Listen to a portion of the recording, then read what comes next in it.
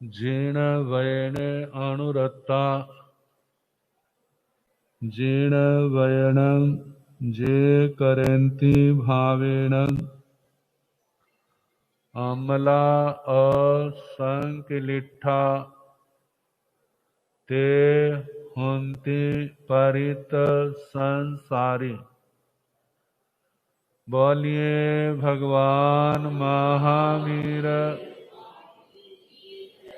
पावन चरित गुरुदेव जी बंधु मन वच काये भव सागर को तरण में करो हमारी सहाय। जिन शासन जिन वाणी सदा जयवंत हूँ। श्रवण संग सदा अविचल मंगल हो। मुक्ति को प्राप्त श्रमण भगवान महावीर स्वामी उनकी परम पावन कल्याणी भागवती वाणी वाचक प्रमुख श्री इंद्र भूति गौतम आदि गणधर भगवंत जुग प्रधानाचार्य परम पूज्य श्री सुधर्मा स्वामी जी महाराज उनकी परम पावन पाठ परंपरा वर्तमान आचार्य ध्यान योगी परम पूज्य श्री शिव मुनि जी महाराज एवं गुरुजन सबके पावन चरण सरोजों में मेरा अनंत अनंत बार वंदना नमस्कार। उपस्थित धर्म प्रेमी सज्जनों, माताओं तथा बहन, वीर स्तुति आपको सुनाना प्रारंभ की है। कल 7वीं गाथा प्रारंभ की थी। अणोत्तरं धम्ममीनं जीर्णानं नेयामुनि कासव आसुपन्ने इंदेव देवानमहानुभावी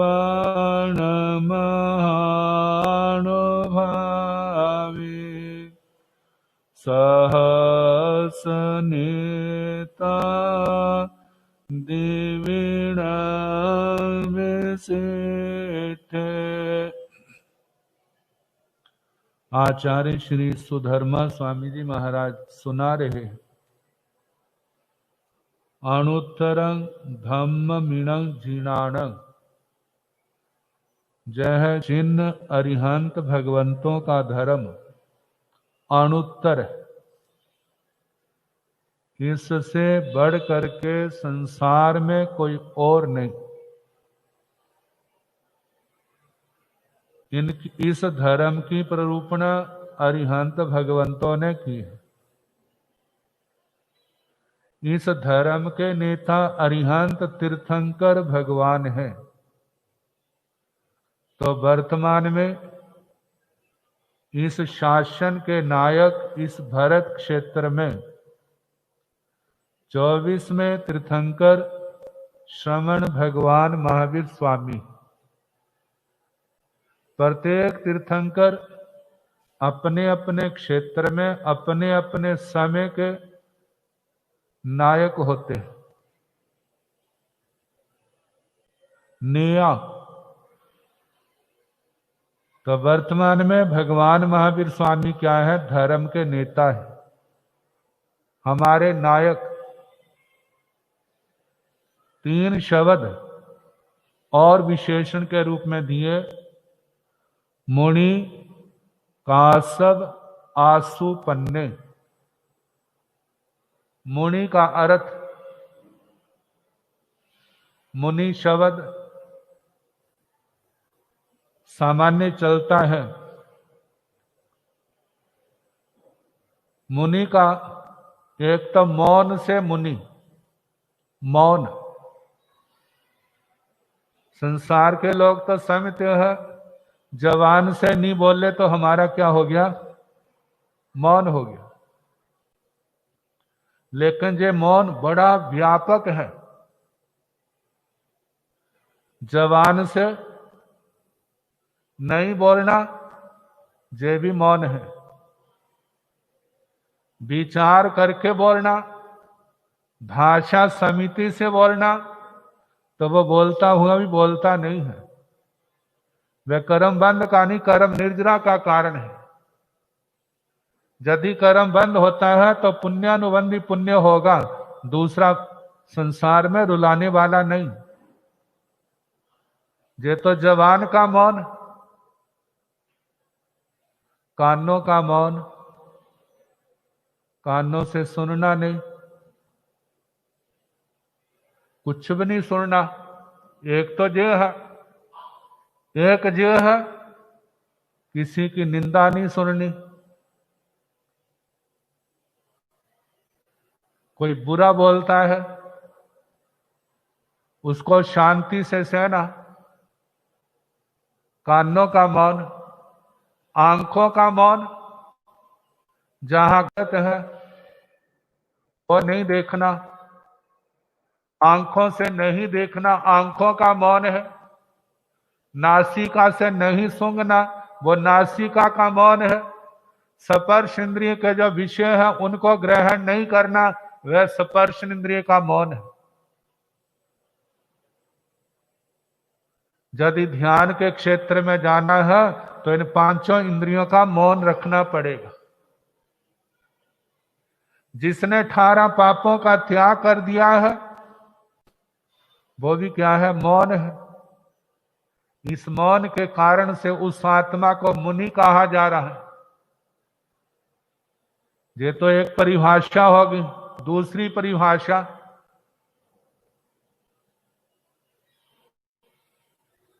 मन धातु से मुनि शब्द बना है। मन ज्ञान,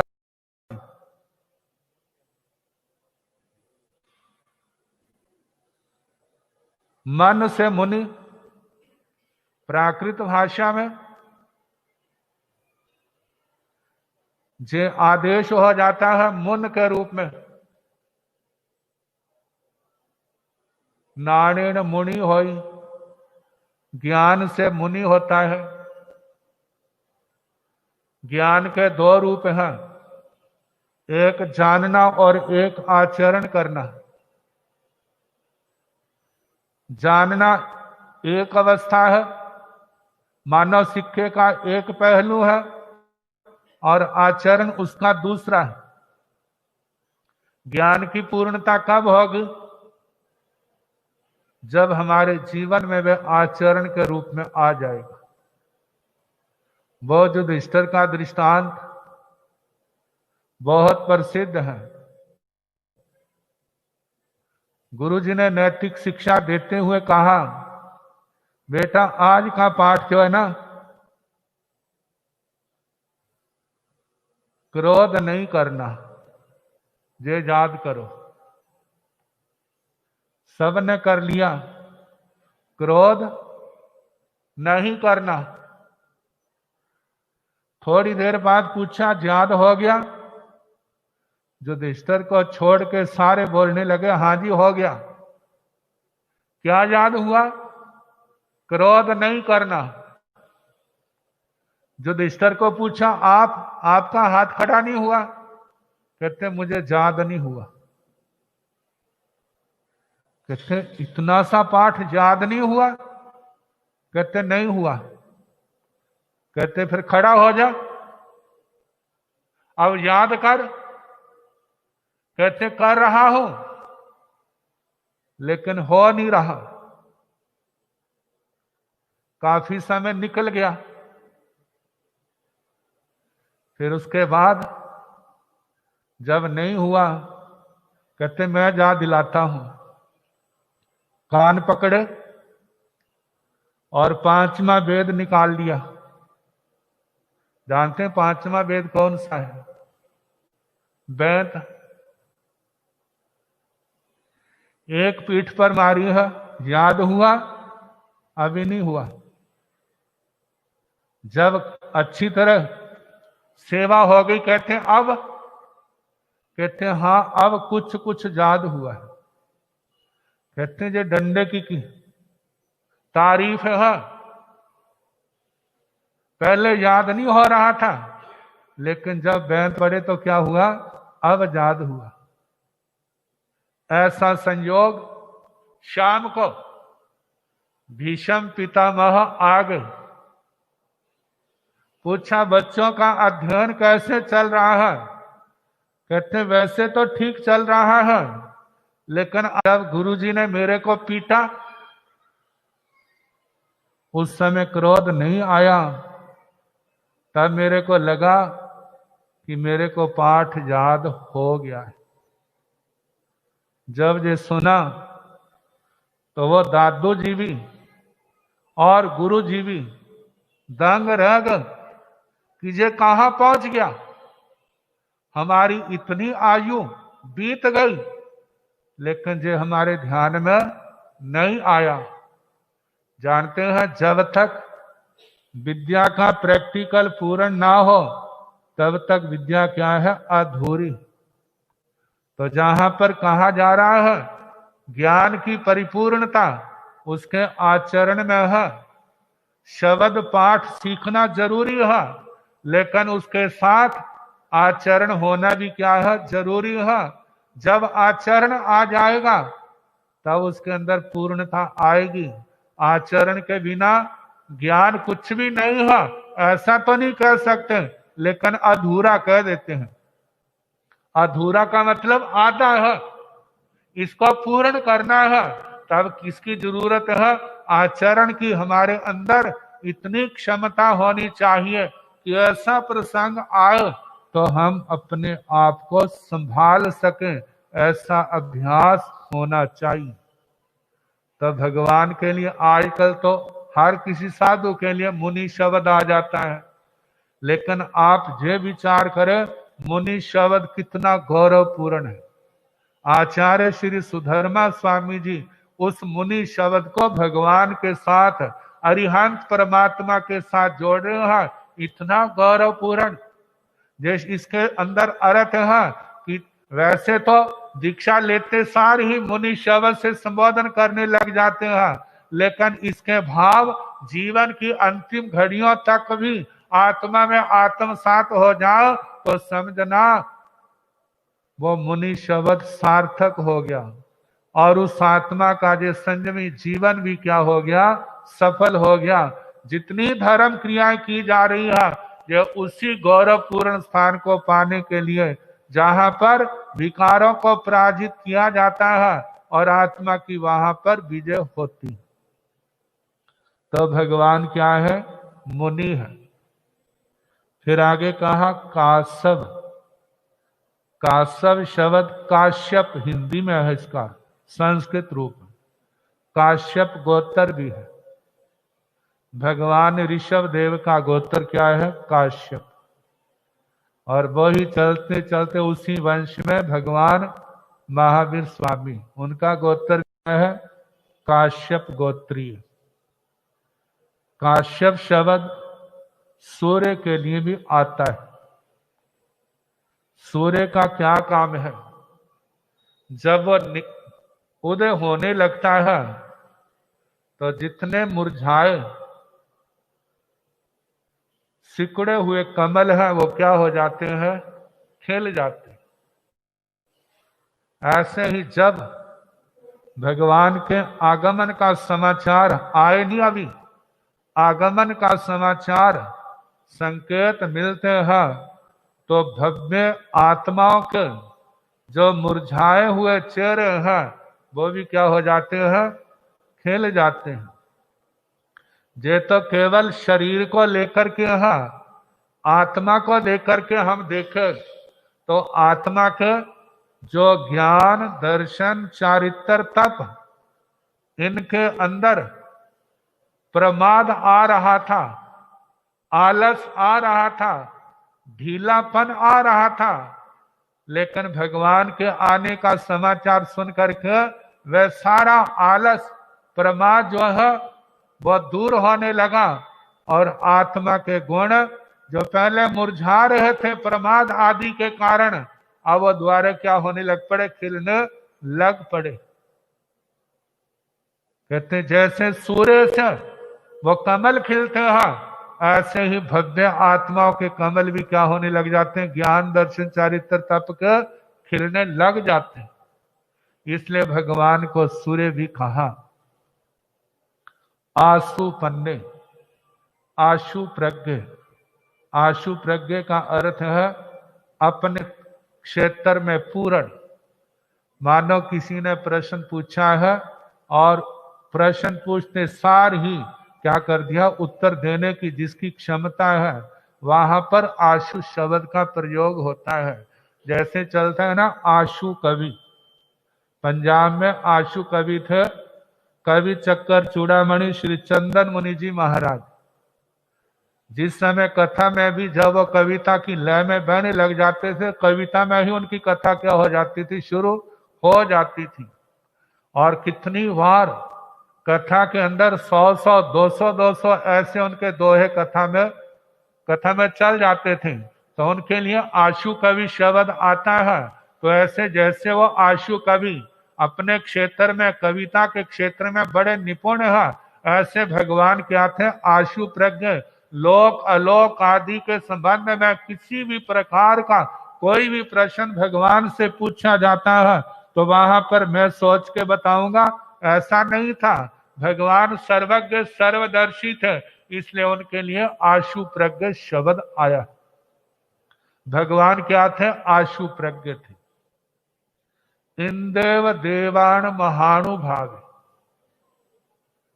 जैसे देवों में इंद्र महाराज महानुभाव, प्रभाव की दृष्टि से विशेष है, आयु की दृष्टि से विशेष है, अधिकारों की दृष्टि से विशेष है, शक्ति की दृष्टि से क्या है, विशेष है, रिद्धि की दृष्टि से क्या है, सब देवों से विशेष है, उनका रूप की दृष्टि से सब देवों से क्या है, बढ़ चढ़ करके। जैसे देव सभा में इंद्र महाराज महानुभाव, महान प्रभाव के धारक है, ऐसे ही भगवान भी क्या थे, महानुभाव। उनका तप देखो, उनका ज्ञान देखो, उनकी साधना देखो, उनका संयम देखो, उनका वैराग्य देखो। किसी कोई भी चीज ऐसी नहीं है जो किसी से कम हो, सबसे बढ़ चढ़ करके थी। किनकी भला, भगवान महावीर स्वामी की। जैसे वह तो केवल देवों में है, भगवान सारे लोक में क्या है, महानुभाव है। आगे कहा सहस्र नेता दिविनम विशिष्ट, जैसे सहस्र नेता जे भी इंद्र महाराज का विशेषण है। सहस्राक्ष, सहस्र नेता, एक तो 1000 आंखों वाला, लेकिन जहां पर है हजारों के नेता, हजारों के नेता देखा जाए तो इंद्र महाराज तो हजारों नहीं, लाखों करोड़ों अरबों खरबों खरबों असंख्यात देवी देवताओं के क्या है, नेता है। पहले देवलोक के 32 लाख विमान है, कई तो लाखों जोजन के हैं और कई असंख्यात जोजन प्रमाण है। तो वहां पर जहां लाखों जोजन के हैं, तो वहां पर लाखों देवता, करोड़ों देवता रहते हैं, अरबों हैं। लेकिन जहां पर असंख्यात है, वहां पर असंख्यात देव देवियों का वास है, निवास है। तो इंद्र महाराज उन असंख्यात देवी देवताओं के क्या है, प्रमुख है, विशिष्ट है। लेकिन भगवान तो सारे लोक में विशिष्ट है। जितने तीर्थंकर भगवान हैं, कहते हैं इंद्र महाराज तो केवल लौकिक रिद्धि की दृष्टि से विशेष है, लेकिन भगवान महावीर स्वामी लौकिक रिद्धि का तो क्या कहना, आध्यात्मिक रिद्धि में भी क्या है, सर्वोत्तम है। जे जो इतने बड़े बड़े 64 इंद्र महाराज भी आ करके जिनके आगे चरणों में शीश झुकाते हैं और बड़ी खुशी से उनका क्या करते हैं, गुणानुवाद करते हैं। तो इसका मतलब भगवान उन देवताओं से भी विशेष हैं। किन कारणों से विशेष हैं? वो देवता जो है उनके आगे मस्तक झुकाते हैं, कहते हैं इनके पास तो ऐसी कोई रिद्धि नहीं है संसार की, फिर हम इनके आगे मस्तक क्यों झुका रहे हैं? कहते हैं जो इन्होंने किया है हम नहीं कर सके। इन्होंने क्या किया है? कहते हैं हमने क्रोध को नहीं जीता, इन्होंने क्रोध को जीत लिया है। हमने मान को नहीं जीता, इन्होंने मान को जीत लिया है। हमने माया को नहीं जीता, इन्होंने माया को जीत लिया है। हमने लोभ को नहीं जीता, इन्होंने लोभ को चारों कषायों को जड़ों से क्या कर दिया है, उखाड़ दिया है। वो कहते हैं हमने काम को नहीं जीता, इन्होंने काम को भी क्या कर दिया, जड़ों से उखाड़ दिया है। हम सरागी हैं और ये क्या है, बीत रागी है। हम कह देते हैं हम तो पासंग मात्र भी इनके नहीं है। भगवान आध्यात्मिक वैभव में सबसे बड़े चढ़े। तो जैसे देवलोकों में वो हजारों का नायक इंद्र महाराज विशिष्ट है, ऐसे भगवान महावीर स्वामी आध्यात्मिक आत्मा में क्या है, सबसे विशिष्ट है। अब इसके आगे आठवीं गाथा का केवल उच्चारण मात्र करते हैं, बाकी फिर जैसे होगा। से पन आखय सागर वा महोदहि वामि अनंत पारे अनाई लेवा अकसाय मोके सकेव देवाहि वाहि जोहि मां। इस गाथा का अर्थ व्याख्यान कल जैसे अवसर होगा उसके अनुसार सुनाने का प्रयास किया जाएगा। सभी भाई बहनों ने एक बात का भी ध्यान रखना, तपस्विनी बहन सरिता जी का आज